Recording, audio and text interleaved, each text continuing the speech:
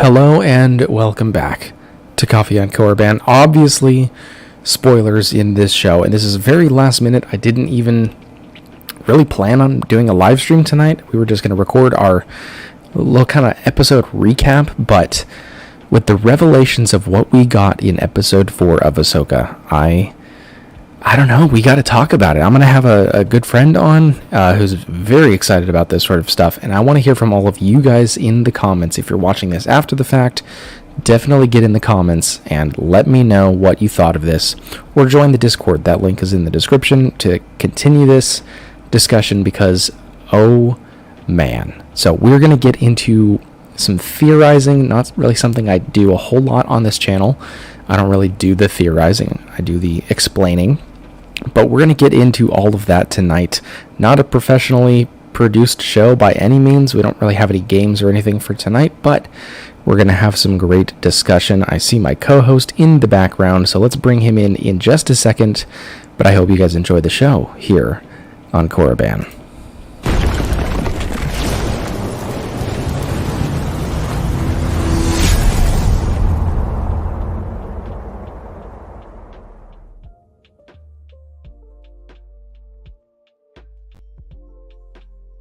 Kylo Baru himself. Can you hear me, good sir? Yes, sir. Awesome. Great. Well, first off, rating of this episode out of 10. What do you give it? 10. Okay. I figured as much. I'm giving it a 9.5. A couple little nitpicky things that I didn't really care for in this episode, but had nothing to do with the end of it. And overall, I am floored with where this is going. I have not felt this excited for next week since Andor. And I didn't think that was something I was going to get in this show, but that's exactly where I'm at right now. So, aside from the very ending, was there anything that stood out to you about the episode leading up to that? Real quick, your mic is clipping a little bit. Is it clipping? Okay. Uh-huh. Is that a little better? Yes. Okay, perfect. Thank you. So any standout moments or anything as we were getting up to that point at the end of the episode? Yeah, I mean, so many moments. I kind of saw it coming a little bit, though. You know, I'm like, oh man, she's not there. She's either dead or just somewhere else. And sure enough, she's in the world between worlds. And yeah. And to see Anakin wasn't that much of a shock, you know, but it was very beautiful to see that. But I'm left confused. It's very ominous. It's very mysterious. Yeah. We had Vader's theme kind of sneak in there at the end. Definitely. Absolutely. Yeah, that was one of the things that I noticed right off the bat was the Imperial March coming in at the end. And at first I was like, yes, we're getting it. And then I was like, why is that there? And that's a little bit of what we're going to talk about tonight. A little bit of theorizing about, is that who we think it is? And again, we're getting deep into spoilers tonight. So if you have not seen the episode, do yourself a favor, go check it out. I would hate to spoil it. I usually do like a 24 or 48 hour spoiler ban on anything that I post. We have a spoiler channel for that in my Discord server if you want to discuss that. But this stream, we're getting into it. So hello to everyone in the chat. Vanishing Golem, good to see you. Star Wars Theology, good to see you, good sir. Thrawn was in here as well. There you are. Hopefully that mic is at a good level now. Steve, good to see you. Jedi Mike, good to see you again. All right, so we're going to get into, first off, Anakin. I mean, we see Anakin. We hear Anakin. He's right there. And whether or not it's actually real is another question, but... Yeah, so I had texted you, and my mind started racing, you know, and I think it's the son from the Mortis arc in Clone Wars, and I don't know if you guys remember, but the son was a shapeshifter. You know, he was like this vampire bat creature for part of that episode. It was a 2-part episode, right? I think so. I've seen clips. I've never seen the full thing, so You're my eyes and ears into that little portion of the galaxy. So, I have a theory that it's the son, and he's pretending to be Anakin. And at the last minute, he's going to transform into either the son or Vader. Yeah. And it's going to be Ahsoka's hardest trial yet. She's been through a lot, but I think this is going to be the hardest thing she's ever been through. She's going to have to make some tough choices. Yeah, I agree. And now why he's doing what he's doing and where this is all leading remains a mystery. But I'm really liking that theory so far. Yeah. Even though I haven't seen the Mortis arc of the Clone Wars, just kind of knowing a little bit about the lore there definitely seems in line with what's going on. And obviously we know that was Dave Filoni as well. Yeah. Star Wars Theology with the $2 super chat says, I love this episode, 9.5 out of 10 for me. May the Force be with you to all. I greatly appreciate that. In fact, I've got a little button to play that I haven't gotten to use in a while. If I can find it. I don't know where it is. That's a cool name, by the way. Star Wars Here Theology. it is. It is. He's got a good channel, too. Definitely one to check out. So, this video clip is for you, good sir. Your Highness, the transmission we received. What is it they've sent us? Money. Credits will do fine.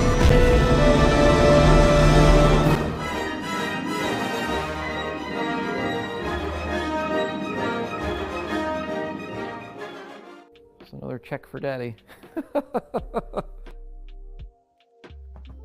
Thank you very much, Star Wars Theology. Haven't gotten to play that video in a little while, but I greatly... That was so good. I haven't gotten to play that one in a while, but I greatly appreciate the super chat. Thank you very much. You should have just the George Lucas part too, just for just another check for daddy. Oh, dude, I love that clip. That is my favorite clip. I love that one. Okay, so or is he the father because he was supposed to replace him? Maybe you can touch on that. Ooh. Yes. So Anakin reincarnating in the afterlife as the father? Is that what he's talking about? Yeah, and just kind of staying there whereas he was supposed to, as Jedi Mike is saying. That's another theory. I think that's actually more plausible because there was kind of a whole deal set there, and the son kills the daughter on accident, and before she dies, though, she transfers her life essence into Ahsoka, because Ahsoka does die, and through Anakin as a conduit, he brings Ahsoka back. Yeah, I vaguely remember hearing things, and I've seen clips and stuff, but never watched them through. I definitely will watch that arc after seeing tonight. I got to get all the information. I've already watched the last episode of Rebels since this Ahsoka episode tonight, just to kind of match up a couple things that we can talk about in a little bit as well. But yeah, a couple questions about him, and there's that banner. A few questions about him. The dark lightsaber. It's possible it's just in shadow, but it doesn't look obvious that it's Anakin's lightsaber. I'm a little confused, to be honest. What do you think? I think it could just be lighting. We might be reading into it a little bit, but what we are not reading into a little bit too much is the music. Music is always deliberate in Star Wars. Yes. Always. Foreshadowing, references, callbacks, whatever. Music is always on purpose, intentional. So why are we playing Vader's theme, the Imperial March, when we are finally reunited with Anakin? Right? You would maybe to draw in some mystery into the end of this episode and make it a cliffhanger, which it definitely is. But there's got to be a reason behind that. Why did he look slightly off? Was it just because they did something weird with the CGI? They definitely de-aged him, but he had a kind of an evil smirk. Mm-hmm. And that smirk, remember, in Revenge of the Sith, he smirks at really strange times. You know, whether he's Yeah. talking to Obi or he's talking to Padme or who is it he's talking to, and he smirks like that. Just many different characters in Yeah. Revenge of the Sith. It's not good. Yeah, He's- I he's know not- exactly he's what not you're talking about. working in a happy, joyful way. And honestly, I have to watch it again. I'm gonna watch it again after the stream. But it was such an ominous, dark tone at the very end. Yeah, I watched it. My Mrs. Korriban kept rewinding it and watching it over and over again because she kind of got the same vibe that I did, where it's like that kind of happy, amazing, about to cry feeling wore off by the third watch. And then after that, it's like, okay, something is up. And I'd said to her right then, I've got a bad feeling about this. And that's just, that's kind of how I'm feeling about it right now. Not in the way that a lot of other people that I've seen so far post their thumbnails and articles and stuff on it. So far saying that this is going to destroy the canon and everything's going to pot. That's not what I mean. Bad feeling as in it's not what it appears. This is not the joyous reunion that we expected, because she already knows that Anakin was redeemed at this point. So it's not a mystery to her what happened to Anakin. But this reuniting in person is not the happy reunion that we all expected, at least so far as we can tell. I think that music is a big selling point to that. Music is everything in Star Wars. Another thing is, if you've watched every episode of Rebels and Clone Wars, mainly Rebels, Anakin shows up as a vision in a Jedi temple, and then all of a sudden he says, "Do you know what I've become?" And he transforms into Vader. So it's kind of a callback to that, I think. Yeah. Where at first she's kind of like shocked. Was she shocked in that moment? She's elated. But the show and the tone and the music at the very tail end of it leaves you like with a very uneasy mixed feeling. Uneasy, nefarious, mysterious. It's almost like you seeing someone that you care about, but you don't really want to see them. You know what I'm saying? So it's like, what's going on here? It didn't sit right. Something about it was not the Anakin that we know. And I can't put my finger on it, and that's kind of that's why we're theorizing about that as well. And that's why I took you up on this call. Cause I'm like, well, let's take it back a few steps. It might seem redundant. Where are we? World Between Worlds would be seemingly the answer, right? So definitely the world between worlds, but I want to know how she got there. Yeah, there must be a portal at some place, and it's possible that this is some Night Sister magic sorcery and maybe a dark side force nexus right below it that she fell into, something like that, which might explain the ominous tones. Maybe this is what she believes is the world between worlds, because that's the only other that she's ever known is the world between worlds, and maybe Mortis, I guess you can include in that. Yeah. And so that's the way that she's experiencing this as of right now. But since it's a dark side force nexus, if that's the case, corrupt Anakin could just be her total imagination. I mean, that's callbacks to what we saw with Rey in, was it The Last Jedi? Yeah. But she falls in that dark side. Yeah, which I love, actually. One of the very few things about the sequels that I actually really appreciate was that whole scene. Well, I wish they would have explored that more. We don't have to get on that trail, though, but I do wish they would have gone a lot deeper with that part in Last Jedi. Yeah, I agree with you. That's a good point. He almost looks too ethereal, but he's not a Force ghost, which is very confusing. So, okay, here's another subject. Ahsoka in Rebels is in a white getup with the staff. And I have that on my list. Okay, so Ahsoka the White. There we go. This is where it's going to get really fun. I think we could talk about this for a while. So, in this new show, they pretty much cloned it exactly the scene, right? The epilogue of Rebels to, what was it, season 2 of Ahsoka? And Sabine touches the mural of Ezra's face. She turns around, Ahsoka is there, but she's in gray, and there's no staff. But everything else is exactly as it is. Yep. But in Rebels, she's white with the white staff. Filoni would not have let that slide as a mistake. It is not a mistake. Filoni is a master storyteller. He is literally the apprentice to George Lucas. Okay. Yep.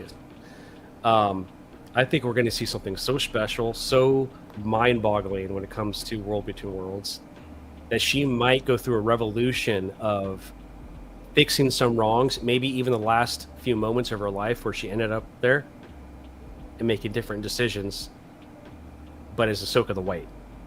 Just like Ahsoka, I mean, just like Gandalf the White in the Lord of the Rings. Sure, and with the chance to go to, through the World Between Worlds, we can go and correct issues such as her. I mean, that's the hope of everyone, right? And I made a video about that not too long ago. I might have shared it with you. I don't remember, but that's one opportunity, I suppose. I'm not fully on board with that unless they do it correctly. I'm open to it, but what I think in the smaller world of this show, we already know there's a schism between her and Sabine, in that she walked away from her as her master, and it seems like the Ahsoka in this show is not the same Ahsoka that we had in Rebels. The Ahsoka we had in Rebels was very... And I'm not saying it's a totally different person, but I'm saying like a lot has changed, and she's kind of fallen off of the path, whatever her own path was, of being that balance of, you know, not a gray Jedi. A lot of people like to use that term, but a Jedi that's not beholden to the cult of the Jedi Order. And that's why everyone loves Ahsoka in Rebels, is because of that. But it seems like the Ahsoka in this show, there's a lot of things that are just not correct with that character that we knew from Rebels. And I wonder if that's going to allow her the opportunity to go back and make those different decisions to become Ahsoka the White by the time we get to the beginning of this series, and then we replay the events that we've already gone through in these first few episodes. Yeah. But now as Ahsoka the White. And that might be a weird theory to go I don't through think it's the half of the season twice. But no, I think they'll do it. They'll obviously like time skip, but I think you're onto something, because she is very different. She's stoic, and that's a lot of people's complaints. And again, I'm not worried about it. I'm really not. This episode just showed me we're going somewhere we've never gone before in Star Wars. And yeah, I think there is going to be some retconning. I think there's going to be some resetting, and they're going to make something extra special. Possibly. That's kind of what we're talking about. Yeah. I think it's not just Ahsoka redo. I think it's the whole Star Wars. Not the whole, but most of it will be a redo.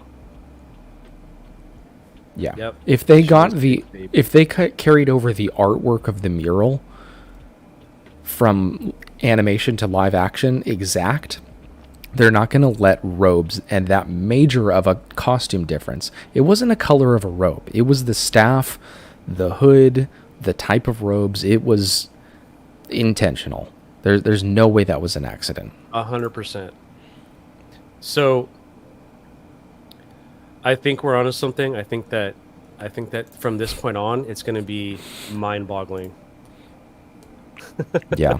I totally expect the rest of this season to go off. This felt like a finale episode. I don't know if it felt the same way to you, but the whole time I'm thinking like, this is halfway through the season? Are we getting 8 episodes? Do we know that for sure? It was the finale of a first act. Yeah. Now we're onto a whole nother act. Yep. We don't know what to expect from here on out. And if you think about it, we haven't seen any clips from the trailers after this point. I think you're correct. Yeah, you're right. Except for Thrawn. Which they had to tease anyway. But yeah, I think you're right. I'm trying to think of anything else from the... No, we've gone through it all. Thrawn is really the only thing. I'm going to go through all the trailers again and see if I can pick up on anything. There's a lot, and this is one thing that I haven't felt in a while. There's a lot in this episode that makes me want to go back and rewatch other things. whether it be that scene in the sequels that I talked about with Rey in the Dark Side Force Nexus on whatever the Octo, or Episode 3, even just seeing kind of how Anakin was in the last moments of being Anakin, or Rebels, which I've already watched the last episode tonight, and I did last week as well. So that's something that I haven't felt, a presence I haven't felt in a long time, of wanting to go back and like do a little bit more research and see those connections, and it's really nice. I didn't expect that from this show. So the one thing I'm proud of is I watched, during COVID, I watched every Clone Wars, and I had already watched Rebels live back in 2017, the last, 2016, 17. Around that time, I watched Rebels live as it was airing on TV, right? So I have this personal, deep connection with the characters and what's happened, and I've always loved Ahsoka. It just made it more intense, more a deeper connection to the lore of where Dave Filoni was coming from. And what I loved is he goes so deep with the Force. Mm-hmm. And he was touching on things that George came up with, even since A New Hope, like the Journal of the Wills, right? Yep. And all these different arcs and stuff, and they finally got to do it. And, people wrote off Rebels because of the animation. I think that's really sad. I almost agree did too, but I knew there was something special with it, and I stuck with it, and it paid off because I know exactly what's happening. Yep. I think all the characters and everything. Yeah. Yeah, I think your normal viewers doesn't know what's going on, but they like it probably, but they don't know the true context, right? Sure. Kind of like reading a book halfway. So where I'm getting at is there is a lot more than people think in each minutia of detail. So, for example, the Force could react differently. Different creatures like the Wuso Vong or whatever they're called. Yeah, the Yuuzhan Vong, who are like a void in the Force, right? Yeah, and they can repel the Force, so they're not susceptible to the Force. There's different creatures out there in different galaxies, right? Magic, Night Sister magic. There's so many cool things they've added in the Star Wars universe. So I'm not, I think your casual viewer is going to be a little concerned or might be like, oh, what's happening? And I'm not concerned at all because I know Dave Filoni's track record is he loves the mystery of the Force. And he almost goes about it in a religious, philosophical way. You know what I'm saying? So I have full confidence in the guy to give us something even more special as the show comes to a close for this season. Yeah, I completely agree. And I don't think that was the last little plot twist or mind-blowing scene that we're going to get. Not by a long shot. Now, a lot of people have been saying that was the best episode of the season so far. I posted a poll right before we went live. I'm going to check what it's at now, of just how people like the episode in general. 115 votes so far. 57% gave it the top spot. I'm shaking. 30% said pretty darn good, and then only 13% said either average or poor. That 3% for poor is kind of just the Disney haters. It's not gonna get any worse than that. Yeah, exactly. I'm not worried about it. I think they have their audience, and they're not worried about it either. They know what they're doing. Yeah. And this is true Star Wars. People are saying it. Star Wars is back. And yeah, the Jedi is religion, is a faith. Yes. It's a way of life. Yep. And you know what? You know what would be so beautiful? I'm going to say this right now. Write this down, people. What if Ahsoka finds her faith again in the Jedi Order? And she helps Luke. She helps Luke rebuild the Jedi Order. Could you imagine that?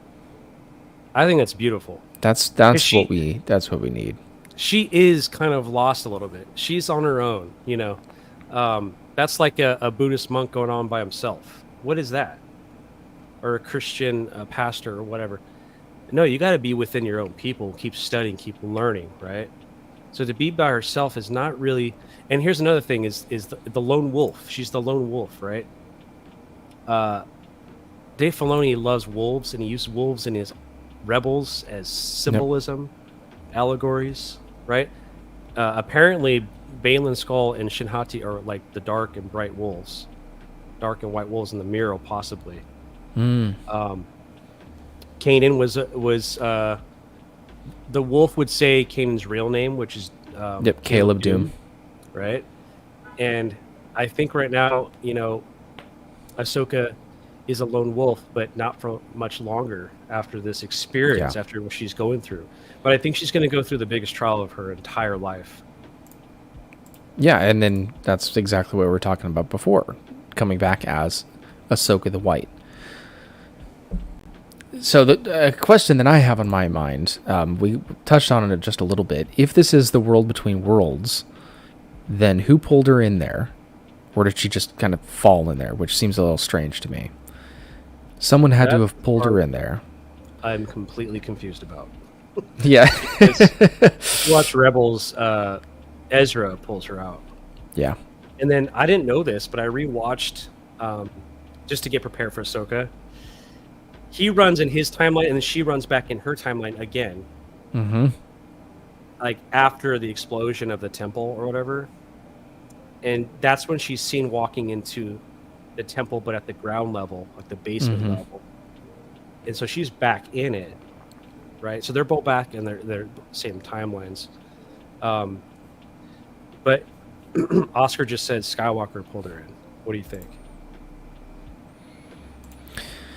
I mean, that's assuming that the Skywalker we're seeing is Anakin, which is going back to what we talked about at the top of the show. Is that him? And again, the music is the biggest clue to me that it's not. And I don't feel easy about it. And now, I have seen thumbnails of people saying that this is the worst scene in all of Star Wars because it was the reunion that we wanted, but it was trashed. It was terrible. I don't think so. I think we're still going to get that, but this is something bigger than just a reunion between Force Ghost Anakin and Ahsoka. I have to agree. I think it's not what it seems. I know we've already said this, but I think there's a bigger story at play here.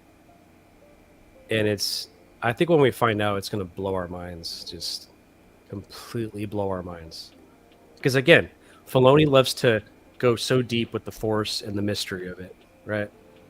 So he showed through his TV shows, Clone Wars, Rebels, now Ahsoka, he's shown, the Bendu, who speaks of Ashla and Bogan, which those words were spoken in the very first script of Star Wars. I don't know if people know that. Oh, really? Which is with the light side and the dark side, right? And Ashla, actually, Ahsoka took on the name of Ashla when she was in hiding. So there's so many mysteries that you can start to tie together. So Ahsoka is almost like a messiah figure where she died, she came back. But Anakin is a big part of that. So it's almost like by proxy, he helped her. And there's more God's helped her, But every time you see the owl, Morai, it's a reminder that she pretty much is an embodiment of the light side. Yes, and I always love the symbolism of Morai coming in there. Yeah, let's talk about that. Timeline. What does that mean?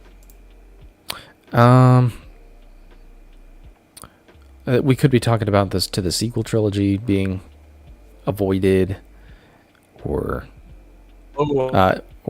just the example that. Okay. Oh, go ahead. I may be losing my connection. Or you were. I don't know.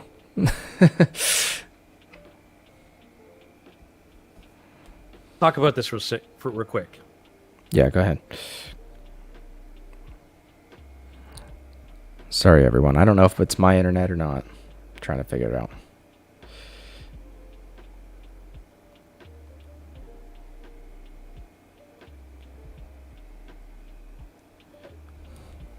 All right.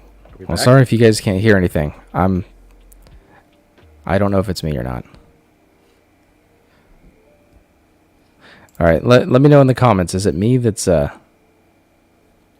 glitching out, or the stream in general, or I don't know. I think I see you. Can I hear you? I heard a breath. That's about it. And now I heard a cough. But you're still frozen. All right, we'll pop him back in just a second. Let's see. What's the takeaway? Says, I think Grey Jedi are bogus. Either you were doing the will of the Force, or you falling to the dark side. Maybe slowly, but still falling.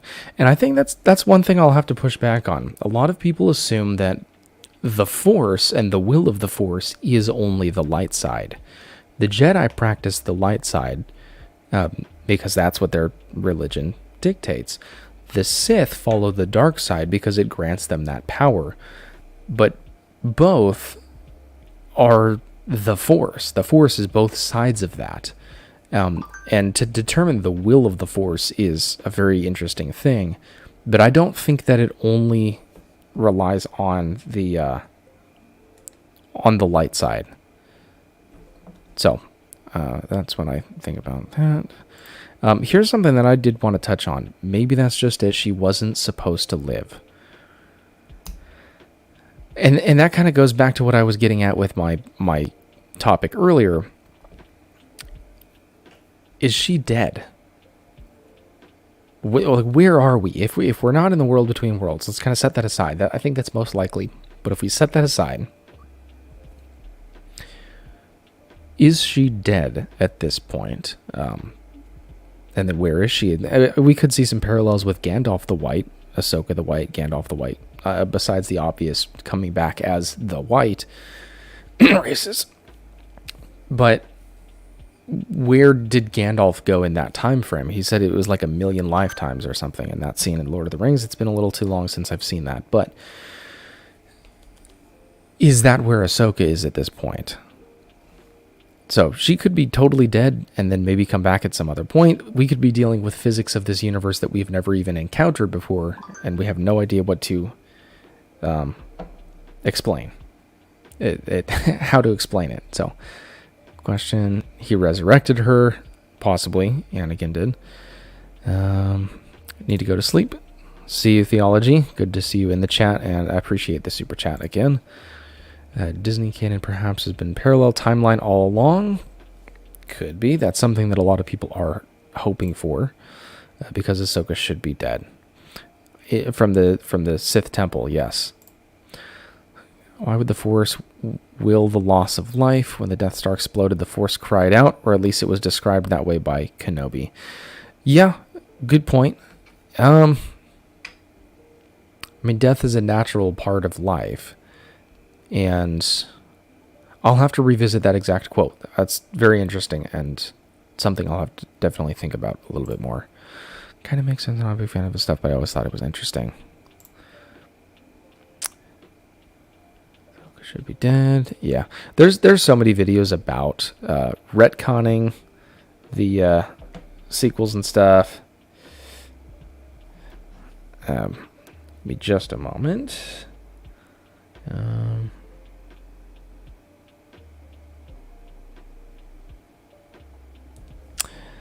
All right. Well, if you haven't... Alderaan, yes, you're right. You're right. Sorry I didn't catch that either. It's getting late. This episode was wild. But let's... here's a good friendly reminder, that like button if you haven't already. It calls to you. Don't forget, if you want, you can definitely, delicately tap that like button. But you don't have to.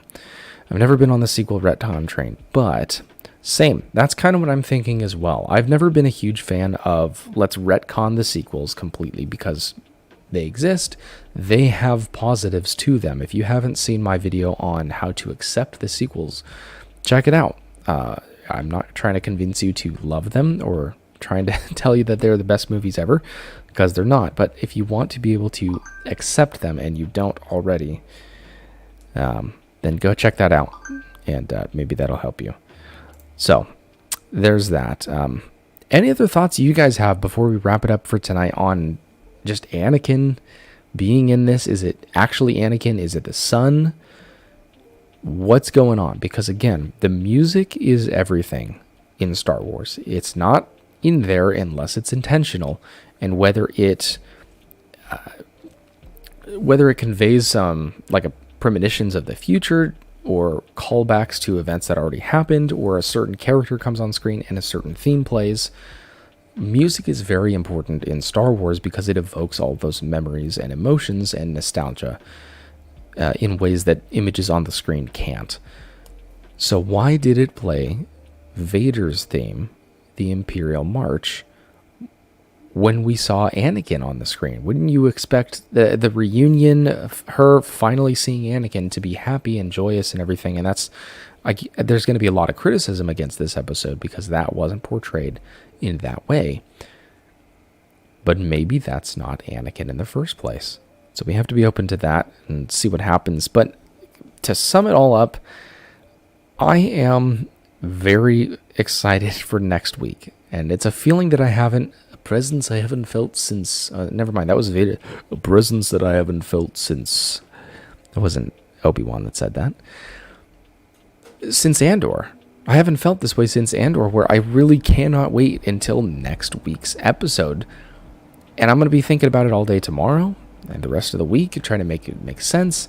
So I'm very, very excited. I think we're going to get something a lot bigger and more important than people are realizing in this show. Hopefully people stick it out to that point. And if they don't, maybe they'll miss out. But I have a feeling that we're going to get something very special in this show. Well, that's going to do it for tonight's show. Thank you very much for everyone for watching. If you've been here from the very beginning of the stream, I really appreciate your time. Huge thank you to Star Wars Theology for the super chat. I greatly appreciate that. If any of you guys would like to delicately tap the like button, you can. You don't have to, but the option is always there. May the stash be with you, and I will see you wherever I happen to see you in the galaxy.